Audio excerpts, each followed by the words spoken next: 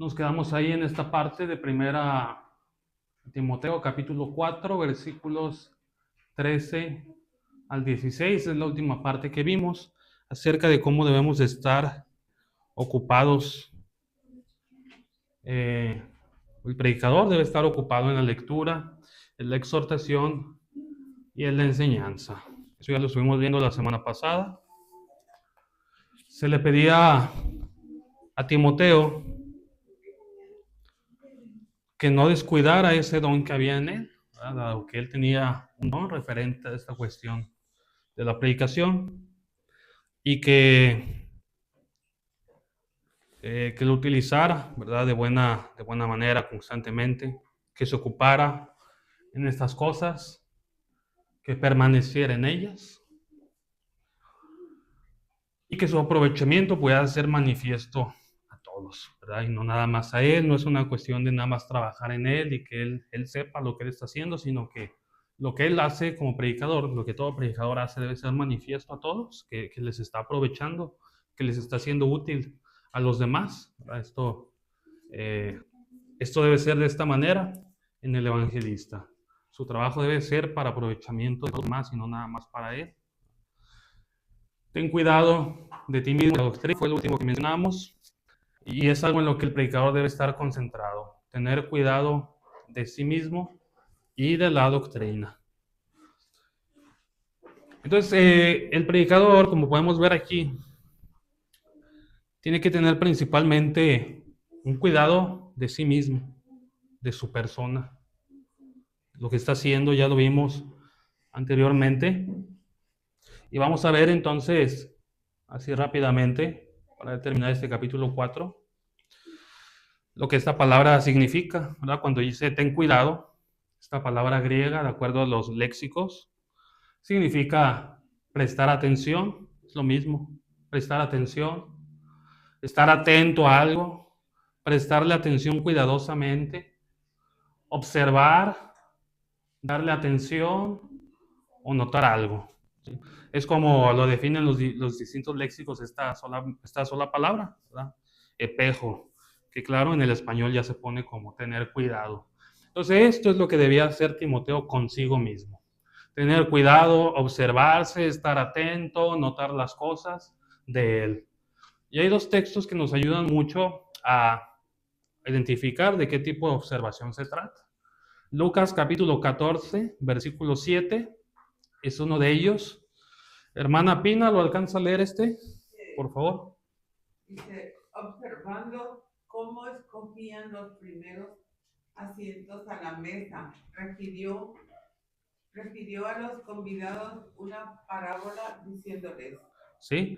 ¿Qué estaba pasando aquí en este momento? Que Jesús lo habían invitado, un fariseo, a su casa a comer. ¿Y qué estaba haciendo Jesús? Estaba observando, ¿verdad? Esto no es algo que uno simplemente mira, ¿verdad? No es algo que uno simplemente alcanza a percibir ahí porque de pronto sucede, sino que está hablando de algo que él observó con toda la intención de hacerlo. Él se sentó a esa mesa con toda la intención de comenzar a percibir cómo elegían sus lugares. ¿Sí? Entonces, esto es lo que hizo Jesús en este momento. Él observó, él se sentó con esa intención de ver cómo unos empezaban a escoger los mejores lugares para entonces poderle referir una parábola respecto a eso. Y en Hechos, capítulo 3, versículo 5, hermana Gloria. Entonces él les detuvo atento, esperando recibir de ellos algo.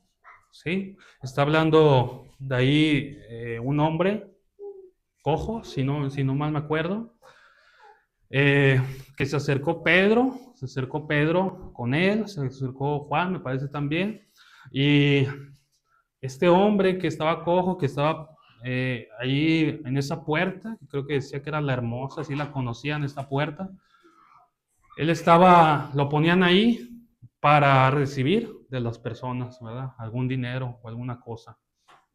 Entonces, cuando se le acerca Pedro y se le acerca Juan, él estuvo atento, ¿verdad? Él estuvo atento porque le dijeron que o él tenía entendido, ¿verdad?, que se estaban acercando para recibir algo, porque le iban a entregar alguna cosa dada la condición que tenía. Pedro dice que junto con Juan, fijando en él los ojos, en este hombre que era cojo, le dijeron, míranos. Eso le dijeron Pedro y Juan, míranos. Entonces, pues él, el hombre cojo, pues los mira pensando que le iban a dar algo, ¿verdad? Y es como cuando te acercas a un niño y le dices, mira lo que te traje. Y luego se pone, y si no alcanza a ver qué le trajiste, no te quita la vista, te empieza a analizar de pies a cabeza. ¿Ya viste? No, y te sigue viendo y te sigue observando. Eso es lo que estaba haciendo este hombre en este momento, ¿verdad? Y se acercaron con él y dijeron, míranos. Se puso atento, a ver de dónde sacaban, dónde estaban las bolsas, dónde estaba el dinero, esperando recibir de ellos algo. Y eso es lo que está pidiendo Pablo a Timoteo, que haga consigo mismo. Que te estés observando de esa manera, que estés bien fijo, bien cuidadoso de ti mismo, ¿sí? De ti mismo como predicador, no te quites la vista, ¿verdad? No te quites la vista de ti, de cómo te estás comportando, de cómo te estás conduciendo en la iglesia, de cómo te estás conduciendo con los hermanos. Ponte toda la intención de eso, ¿verdad? No hasta que alguien te diga, oye, hermano, es que eso que estás haciendo no es correcto. Y hasta entonces te pones a analizar tus actos. Aunque nadie te diga, ¿verdad? Aunque nadie te diga que lo estás haciendo mal, tú analízate, ¿verdad? Ten cuidado de cómo te estás conduciendo. Y aunque los hermanos te digan que qué bueno eres, que cómo le haces y que te echen aplausos, te echen porras, no importa. Tienes que analizarte, no te puedes conformar con que lo estoy haciendo bien. Tienes que seguir analizando que a pesar de que a los demás les guste lo que estás haciendo, puede no estar bien, ¿sí? Puedes estar solapando ciertas cosas.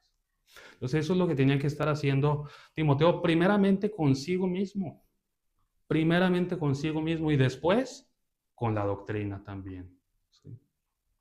Entonces también con la doctrina que él iba a estar enseñando, tenía que tener bastante cuidado. ¿Por qué, hermanos? Porque venir a enseñar, pues no es cualquier cosa. A veces lo tratamos así, ¿sí? Los hermanos muy nuevos están y pues órale, éntrale a la predicación. Sin capacitación, sin enseñanza, sin nada. Ahí agárrate algún temita sencillo y órale. Y eso no es cualquier cosa. Estamos errando terriblemente en eso. Porque hay que tener cuidado, hay que tener sumo cuidado de la doctrina, ¿sí? Hay que tener estudio de la doctrina. Hay que dedicarle tiempo a esas cuestiones. Entonces, Timoteo tenía que estar haciendo esto. Prestar atención, estar observando cuidadosamente, no apartar la vista de eso, de sí mismo y de la doctrina. Y luego también nos dice este pasaje, no solamente ten cuidado, sino además persiste. Ten cuidado y persiste, ¿sí? Son las dos cosas que él tenía que hacer. Entonces, esta palabra, bueno, aquí le puse perseverar, pero es persiste del griego epimeno. ¿Qué significa? También, ¿verdad? De acuerdo a los diversos léxicos, vemos quienes conocen acerca del griego, dicen que tiene el significado de quedarse en, permanecer, continuar, persistir, quedarse quieto con algo, ¿sí? Aquietarse para resistir, ¿verdad? Son cosas que Timoteo, como evangelista, debía hacer además consigo mismo y con la doctrina, ¿sí? Sí está bien, ¿verdad? Que te observes, te analices, ¿verdad? Que estés constante en eso, pero además permanece en ello, ¿verdad? No te apartes de eso. Juan 8:7, por ejemplo, hermana Mari, si lo alcanzo a leer. Cuando insistieron en preguntarle, se enderezó y les dijo: el que de ustedes esté sin pecado sea el primero en arrojar la primera piedra contra ella. Muy bien, gracias. Bueno, esta mujer adúltera, ¿verdad? Esta parte de la historia que nos habla de una mujer adúltera y que los fariseos llegaron con Jesús y le dijeron, aquí está esta mujer, que de acuerdo a la ley la tenemos que apedrear. A ver, Jesús, ¿qué hacemos? ¿Y Jesús qué hacía? No le respondía. ¿Y qué estaban haciendo ellos? Insistiendo. Bueno, Jesús, dinos o te vas a quedar callado. Bueno, ¿qué vamos a hacer? Bueno, todos nos ha tocado eso, ¿verdad? Que insiste una persona ahí en preguntarnos algo, insiste. Eso estaban haciendo ellos y es esta misma palabra. Es lo que le está pidiendo Pablo a Timoteo que haga. Y Hechos 12:16, hermana Doris. Mas Pedro persistía en llamar, y cuando abrieron y le vieron, se quedaron atónitos. Sí, una parte de la escritura en donde Pedro es liberado de la cárcel por un ángel del Señor. Va a esta casa con los hermanos y ahí una mujer le escucha que está llamando a la puerta. Pero en lugar de abrirle, va con todos los demás a avisarles, aquí está Pedro. Y pues deja a Pedro afuera. ¿Qué está haciendo Pedro? Insiste en llamar. Bueno, pues ábranme. Está llame, que le abran. Eso es lo que estaba haciendo, la misma palabra epimeno.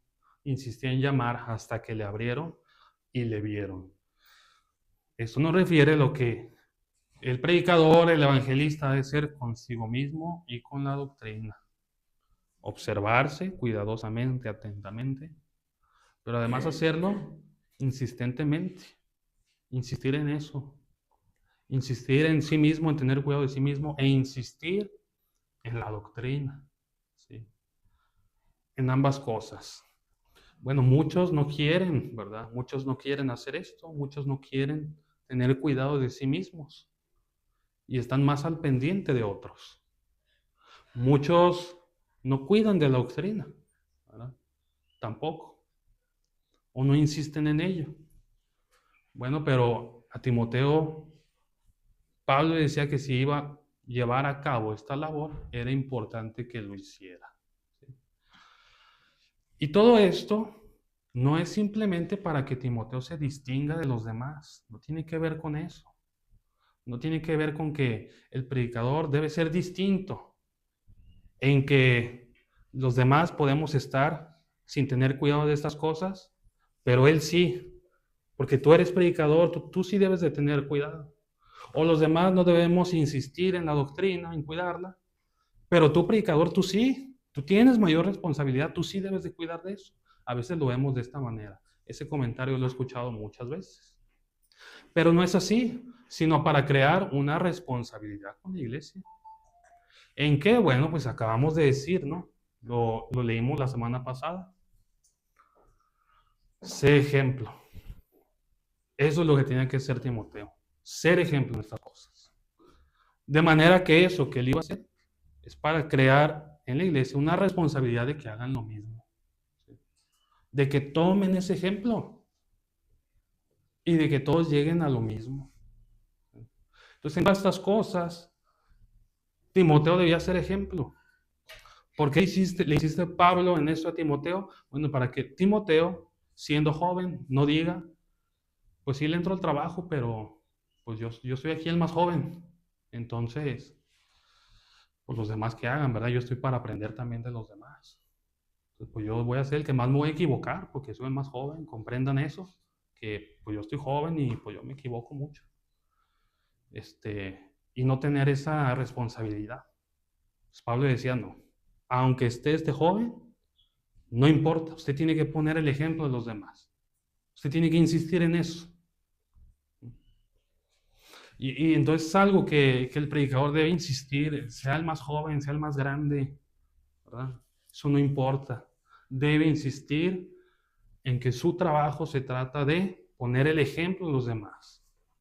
Y la iglesia debe comprender esto. La iglesia debe comprender que el predicador trabaja para poner el ejemplo, porque a veces hasta eso molesta en algunos hermanos. Que el predicador quiera poner el ejemplo, quiera comportarse de cierta manera y que a los hermanos no les guste. Entonces uno quiere poner el ejemplo en su forma de mostrar la enseñanza, ¿verdad? De trabajarla, de estudiarla. Y luego los hermanos se molestan porque, no, el hermano con su pantalla y su computadora, muy creído. Hermanos, se trata de que uno trabaje para poner el ejemplo. Uno se esfuerza en su hablar, en sus palabras, para poder ser acertado en ello. No, el hermano, muy creído, diciendo esta palabra, esta otra palabrita. Muy formal. Más uno se esfuerza, ¿verdad? A veces hasta en cosas sencillas como la forma de vestir, ¿verdad? Para poner ejemplo. Y hasta eso les puede molestar a algunos. Que el hermano viene muy de vestir, muy de camisita, muy con su corbata. Hermanos, como que si esto costara 2,000 pesos. O sea, el predicador, el evangelista trabaja también para poner ejemplo. Eso es lo que él se tiene que dedicar a hacer. Debe esforzarse en poner ejemplo en la congregación, en cosas muy sencillitas o en cosas más complejas. En todo debe esforzarse por poner el ejemplo. ¿Por qué? Bueno, aquí mismo nos lo dice. Porque haciendo esto, ¿qué va a pasar? Bueno, en un primer lugar te vas a salvar a ti mismo. ¿Sí? Te vas a salvar a ti mismo. ¿Por qué? Porque te estás esforzando en hacer lo que es voluntad de Dios. Y en segundo lugar, hermanos, para lo que el predicador debe estar trabajando, para salvar también a los demás. Claro que es contribuir, ¿verdad? Porque el predicador no salva a nadie. ¿Quién salva? Pues salva a Dios, ¿no, hermana Mari? Hermano, es que sí es muy importante poner atención como iglesia o como un oyente en lo que está enseñando el predicador. Porque precisamente ahí en el 16 dice, ten cuidado de ti mismo y de la doctrina. O sea que cuando se está enseñando, tanto uno como el otro, tanto el que está orando, el que está enseñando, como el que está recibiendo la enseñanza es muy importante, porque precisamente es nuestra salvación. Sí. No es cualquier cosa, no es una receta de cocina que si nos sale chueca, pues se echó a perder y tal. No, es nuestra propia salvación la que estamos, o sea, es una guía de vida, una manera de cómo comportarnos, de cómo vivir lo que quiere Dios de nosotros. No es cualquier cosa. Sí, entonces no se trata de gustos o preferencias, ¿verdad? Como de pronto lo podemos entender, sino que ojalá, esta es la meta, ¿verdad? Que la iglesia entienda que lo que se hace es para su salvación. Que el predicador trabaja de esta manera, para que los demás puedan ser salvos, puedan encontrar esa salvación. Que no nos aferremos a la idea de que yo no ocupo que me estén diciendo nada para yo ser salvo. El hermano que se guarde sus enseñanzas, que eso ya lo sabemos, yo eso lo puedo saber por mi cuenta, yo me puedo salvar. Sino que entendamos la gran bendición de esto, ¿verdad? La gran bendición de tener a alguien que está procurando esto, ¿verdad? Que los demás sean guiados, que los demás hallen salvación. Y por eso le está dando todos estos consejos, toda esta serie de ordenanzas, Pablo, a Timoteo, para que lo pueda hacer de una manera efectiva, ¿no? Una manera efectiva.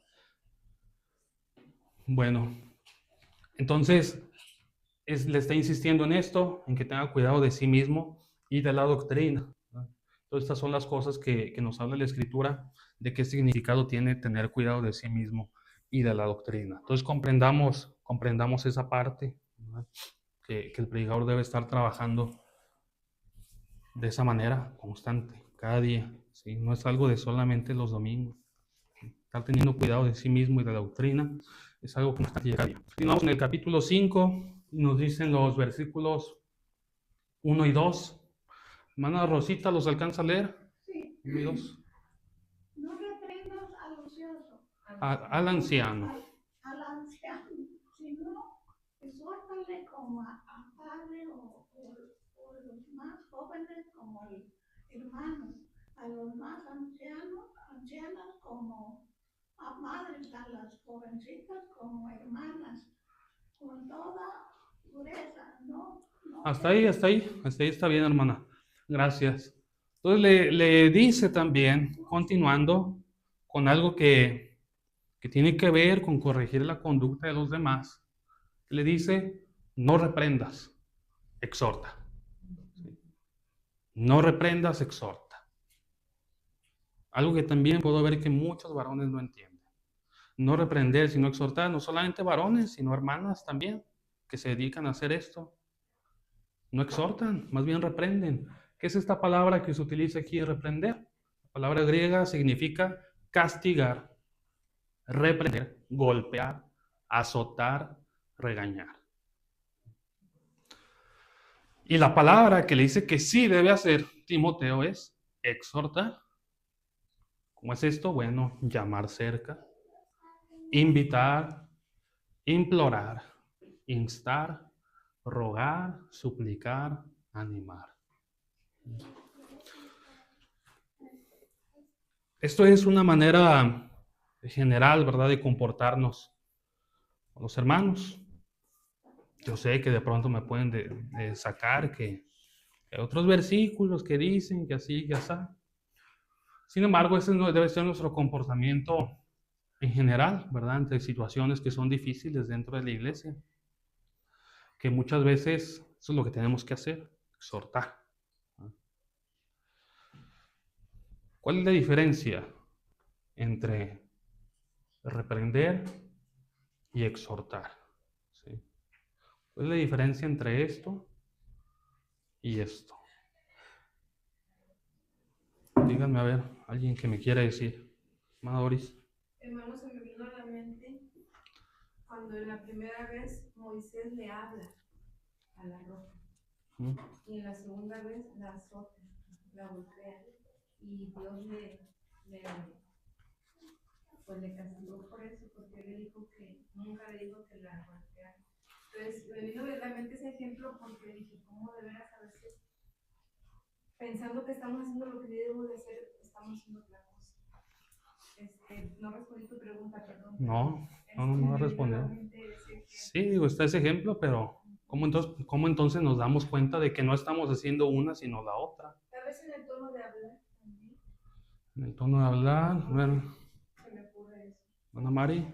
Hermano, es que el exhortarle, ahí mismo la palabra lo está diciendo, es animarle a continuar. Con un regaño o con una reprensión, cuando uno hace eso, al hermano se le desanima, hasta se le insta a responder con enojo, porque no tenemos el amor la paciencia porque si nos fijamos, son palabras totalmente contrarias.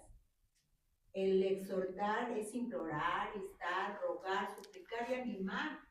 O sea, el fin de todo es animar a continuar, nada más. Sí. Que el hermano o la hermana no se pierda, que continúe adelante en el camino del Señor, ¿no? Sí, claro. Entonces, ahí la hermana Mari nos está mencionando una de esas diferencias, que es el fin. El fin es importante. Tenemos que pensar en eso cuando actuamos nosotros hacia con los demás. ¿Cuál es nuestro fin? ¿O a qué fin llega? ¿Verdad? Son dos cosas en las que podemos pensar. Este tiene un fin, tiene un propósito, dice la hermana. Y cuando tú actúas de cierta manera, pues tienes que fijarte muy bien con qué propósito lo estás haciendo. ¿Con qué propósito lo estás haciendo? Y además, bueno, me habló un poquito de las dos y además lo que está provocando. ¿Hermana Gloria? Y las reprensiones, la palabra lo dice, castigar, reprender, golpear, azotar, no físicamente, sino con las palabras, ridiculizar, ponerla en evidencia y hacer que esa persona se sienta pequeñita. ¿Y a qué llegamos a eso? A que esa hermana puede tomar decisión de dejar donde le están golpeando, reprendiendo, castigando y todo, más aún si no es un pecado grave o algo así que hiera a los demás o que esté lastimando o que esté cometiendo algo muy fuerte, sino una cosa trivial de palabras. Sí, son las dos, ¿verdad? Así que nosotros ahora tuvimos esta enseñanza, ¿verdad? De parte de nuestro hermano Víctor. Claro que nosotros debemos de actuar de una manera que no creemos, primeramente, conflictos triviales, ¿verdad? Eso es lo que debemos de trabajar nosotros primeramente. No provocar conflictos triviales con cosas sin importancia. Y después, también debemos trabajar nuestra persona en saber hacer esta cuestión. Primero, ¿cuál es el origen del regaño? El origen del regaño es el enojo, es la ira. Nosotros regañamos es porque eso estamos sintiendo, ¿verdad? Eso estamos sintiendo enojo, estamos sintiendo ira, estamos sintiendo molestia de algo, y eso nos lleva al regaño, no a la exhortación, ¿sí? Esa es primeramente una diferencia, ¿verdad? El origen. Bueno, la exhortación no tiene como origen el enojo, ¿verdad? Porque uno cuando va a exhortar no está exaltado, no está enojado, no está molesto, no está usando así de palabras duras, severas. Uno cuando va a exhortar, uno puede hablar con un tono de voz fuerte, firme, pero se le nota a uno, no está tranquilo, no se deja llevar por las circunstancias y no se deja llevar por cómo está la situación. Entonces, lo primero es que hay una diferencia en el origen. Uno es el enojo, pero la exhortación viene del amor, ¿sí? La exhortación viene del amor totalmente, de alguien a quien tú quieres, de alguien a quien tú amas. El propósito es diferente, ¿no? Porque cuando tú vas a exhortar, ¿cuál es tu propósito? Bueno, corregir, instruir, tú quieres ver un cambio, ¿verdad? Tú quieres que se arreglen las cosas. Y cuando regañas, no. Cuando regañas, como bien dicen ahorita, avergonzar, ridiculizar, humillar, exponer, dejar en evidencia, hacer sentir mal, ¿verdad? Eso es el propósito. Entonces nos debemos de fijar en eso al momento de decir las cosas. ¿Qué estoy haciendo? ¿Lo estoy diciendo de una manera en que mi hermano, mi hermana puede entender que debe corregirse? ¿O solamente estoy diciendo cosas hirientes? Solamente estoy diciendo cosas que lo van a hacer sentir mal. Y en tercera, bueno, lo que finalmente provoca, ¿no? El fin, ¿en qué termina todo esto? Nuestra exhortación debe tener como fin, bueno, un entendimiento de las cosas, ¿verdad? No todos comprenden, pero creo que hay una gran diferencia, ¿verdad? En general debe haber una comprensión del tema. Tal vez no están de acuerdo contigo en lo que le estás diciendo, en lo que les estás exhortando. Tal vez la persona exhortada no está de acuerdo contigo.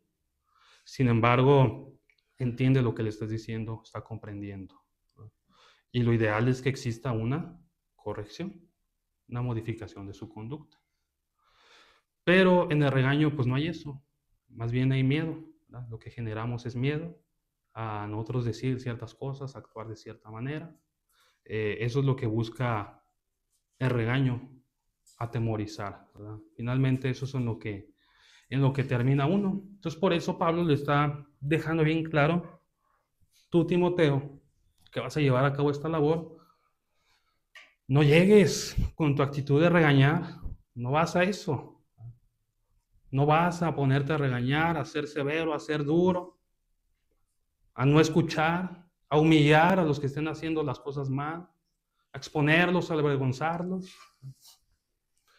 Claro que llega el punto en el que es necesario poner en evidencia las cosas, pero, hermano, estamos hablando de cosas que de verdad están afectando. Pero muchas veces, cuando estamos hablando de esto, el reprender, el castigar, el regañar, se utiliza para cosas que la verdad pues, no tiene caso, no tiene sentido. Nosotros debemos de aprender a primeramente entender, ¿verdad? Cuando de verdad amerita, como en otros textos que yo les dije, seguramente están pensando en que la Biblia también dice que si están haciendo esto, que los señales para que sean avergonzados. Sí, hermanos, pero está hablando de casos específicos. En general, nuestra conducta debe ser esta, ¿sí? Para todos. Otra vez, tómelo para sí mismo, ¿sí? Esto es para cada uno de nosotros. No se ponga a pensar en, sí, porque la otra vez tal hermano, tal hermana, en vez de exhortarme, me regañó. No piense en eso, piense en usted, en cómo se está comportando usted. ¿Usted qué hace? ¿Exhorta o regaña? Piense en usted, ¿sí? Y entiende esta diferencia, ¿verdad? Porque al anciano, es decir, a quienes son más grandes que nosotros, ¿cómo debiéramos verlos? Como a nuestros padres, ¿sí? Yo he visto hermanos hablarse de una manera que digo, ¿de verdad le hablarán así a sus padres? ¿De verdad le hablarán así a sus madres? Si es así, pues es lamentable, ¿verdad? Porque no debiera ser. Uno con su padre, con su madre, no debe tener un trato así amable, ¿verdad? Que se pueden equivocar los papás, las mamás, pues sí, ¿verdad? Pueden hacer cosas que no son agradables. Pero el trato debe ser el de llamar cerca. A ver, papá, quiero hablar contigo. Y pues uno se mide en sus palabras, ¿verdad? Porque es su papá, es su mamá. No, pues fíjate, papá, que es que hiciste esto, no estuvo bien, me hiciste sentir de esta manera a mí, o hiciste sentir de esta manera a otro. Pues yo de menos nunca le he levantado la voz hacia mi papá de gritarle o de quererlo humillar. Uno se va con mucho cuidado. Entonces los más jóvenes, a nuestros mayores, así debemos verlos, ¿no? Si me voy a acercar a alguno de ustedes, aquí todos son más grandes que yo con todos me debiera acercar de una manera en que estoy hablando con mi mamá o con mi papá, ¿sí? No me puedo yo exaltar, no puedo actuar desde la ira.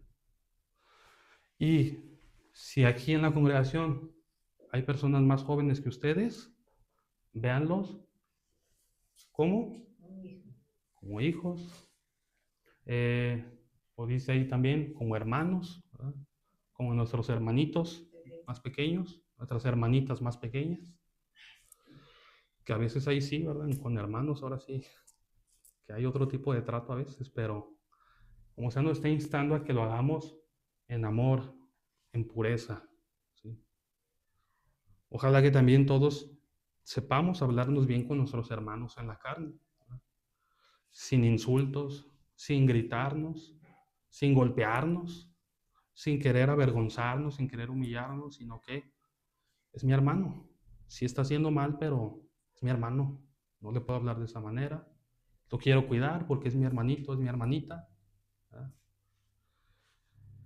Y entonces esta es la manera en la que debemos de vernos. Es lo que nos sucede muchas veces. Por eso les digo que hay que trabajar bastante el amor, para que sepamos vernos todos de esta manera. Ustedes, a los más grandes de aquí de la congregación, ¿los ven como madres o como padres?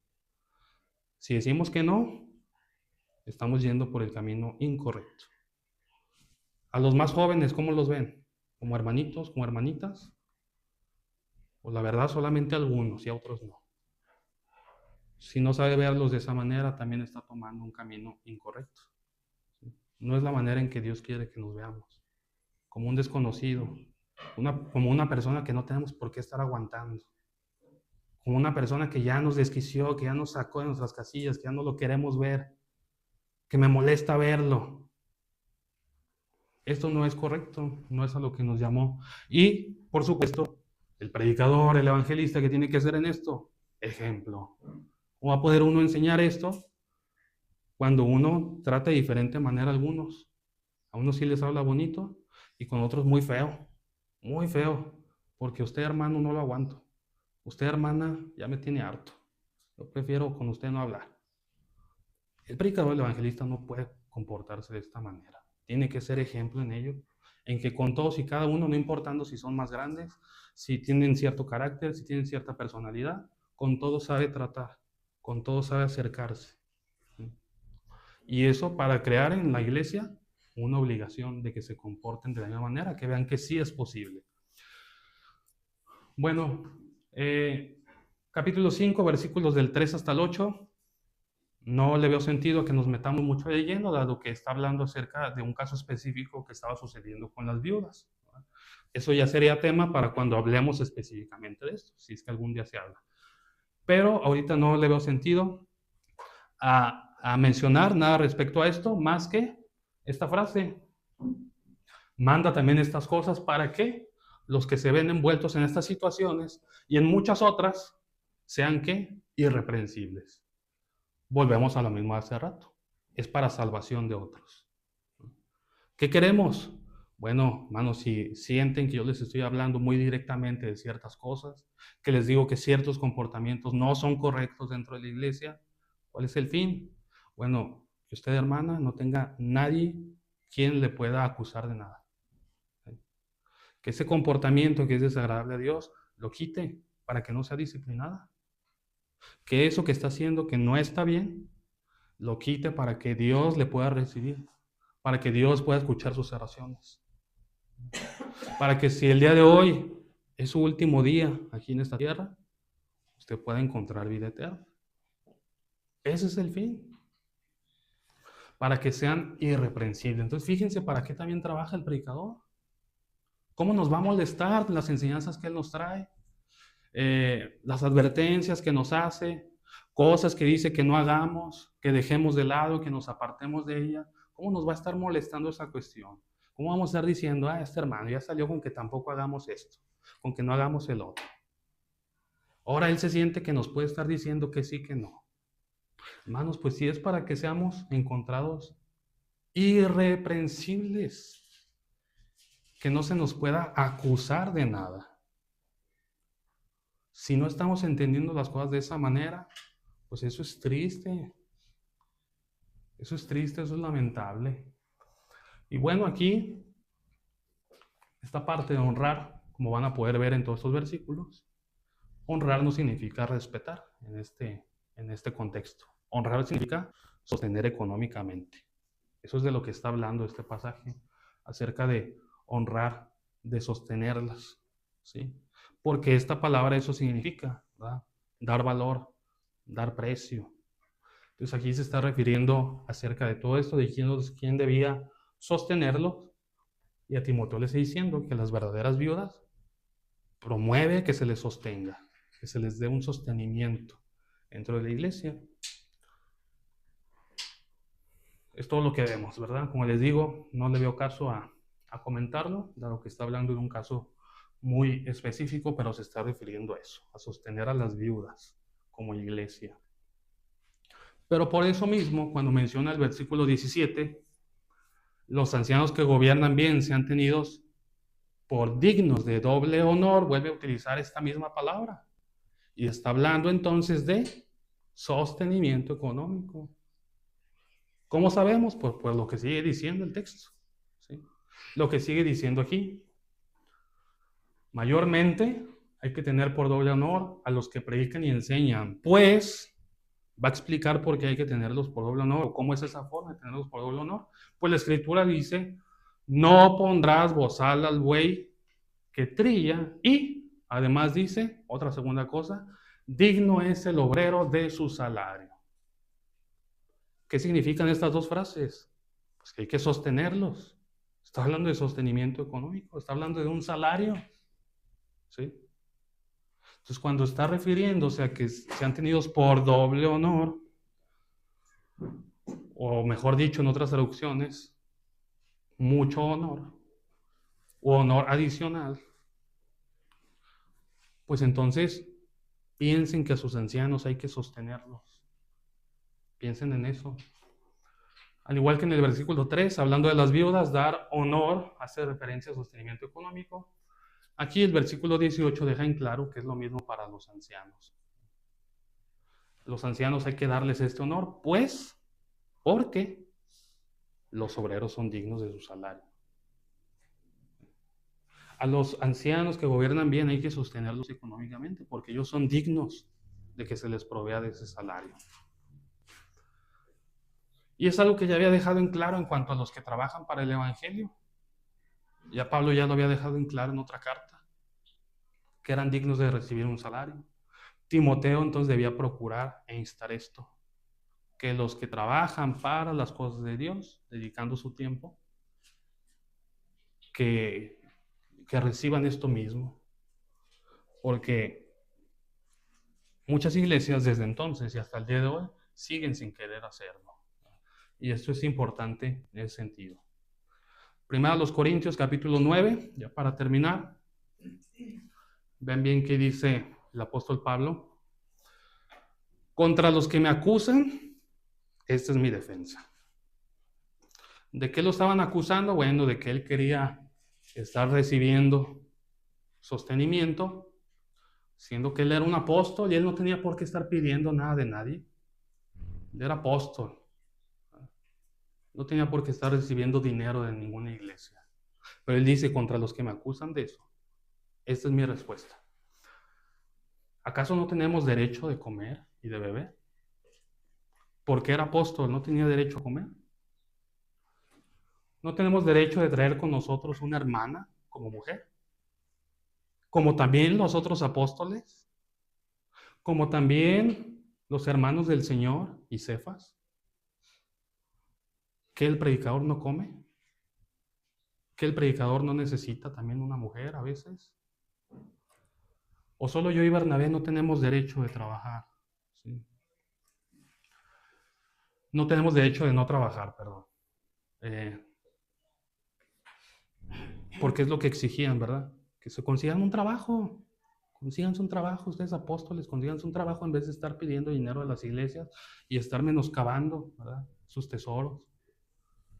¿Quién fue jamás soldado a sus propias expensas? ¿Quién manda así a los soldados a la guerra y que pues ahí ellos se encuentren donde ellos puedan?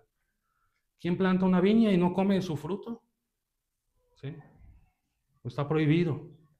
Los que tienen en su casa arbolitos o alguna cosa frutal, ¿a poco está prohibido que ustedes agarren de ahí?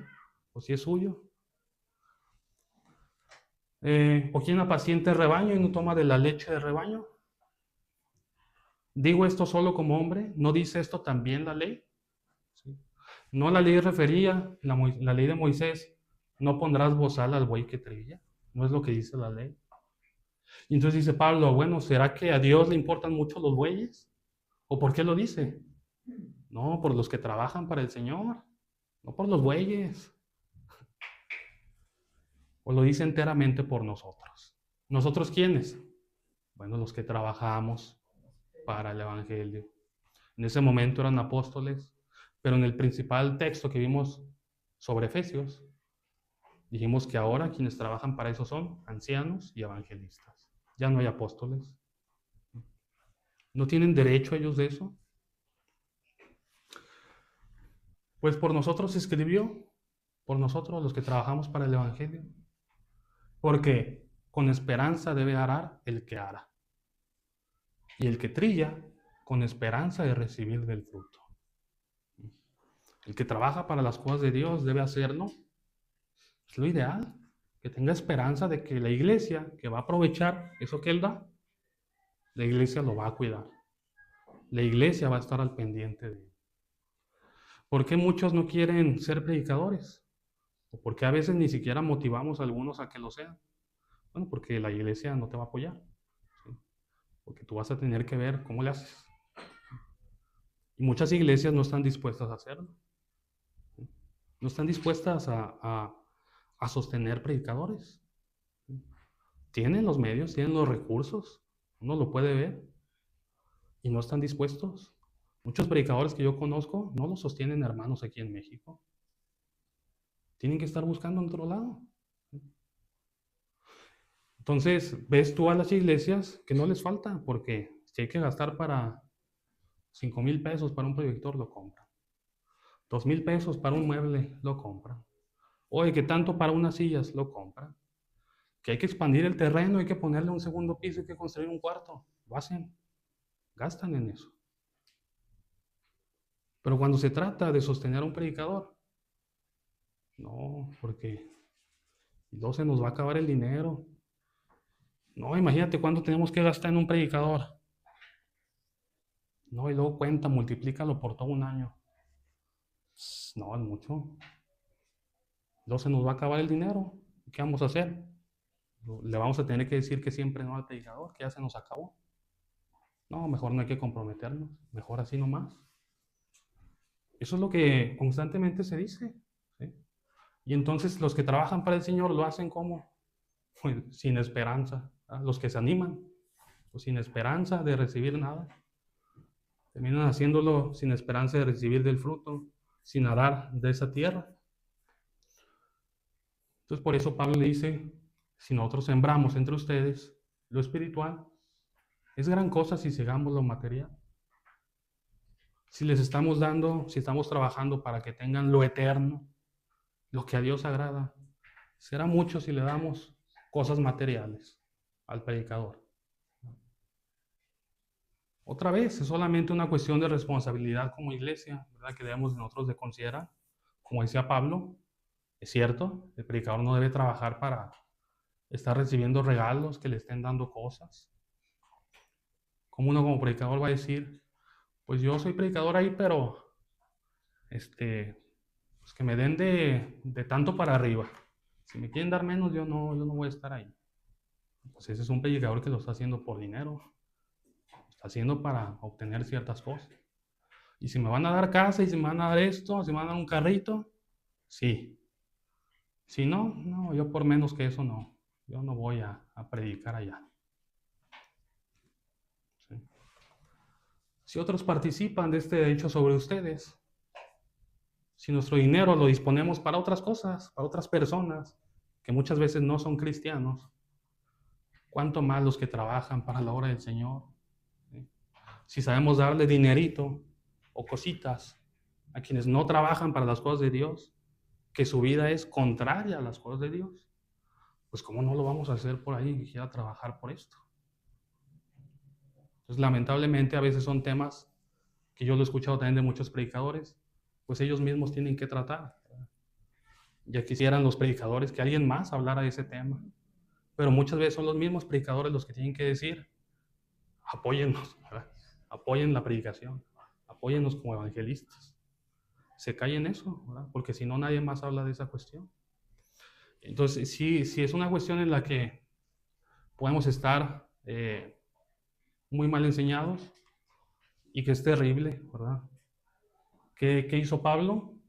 Dice aquí que él entonces no usó de este derecho, ¿verdad?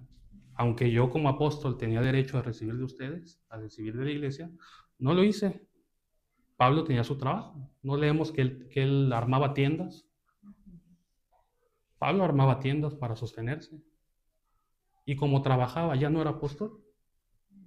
Pues sí lo era. Y a veces los predicadores tienen que hacer eso. Tienen que trabajar, tener su trabajito y además dedicarse a las cosas de Dios. Y porque trabajan, ya no son evangelistas. Porque la iglesia no los sostiene, ya no son evangelistas. Entonces a veces no se hace uso de ese derecho, todavía es de más bendición, ¿verdad?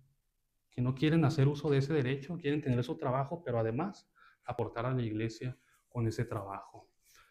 Bueno, lo voy a dejar hasta ahí para ya no alargarme mucho más, pero son cosas que hay que considerar en cuanto a esto, ¿verdad? Que los que anuncian el evangelio, pues vivan de él, ¿verdad? Si lo sabemos entender, vamos a saber actuar muy bien conforme a esto, ¿verdad? Conforme a cómo debemos conducirnos en la casa de Dios para esto. Pero bueno, a Timoteo le tocaba enseñar estas cosas. A Timoteo como evangelista le tocaba enseñar acerca de esto a la iglesia.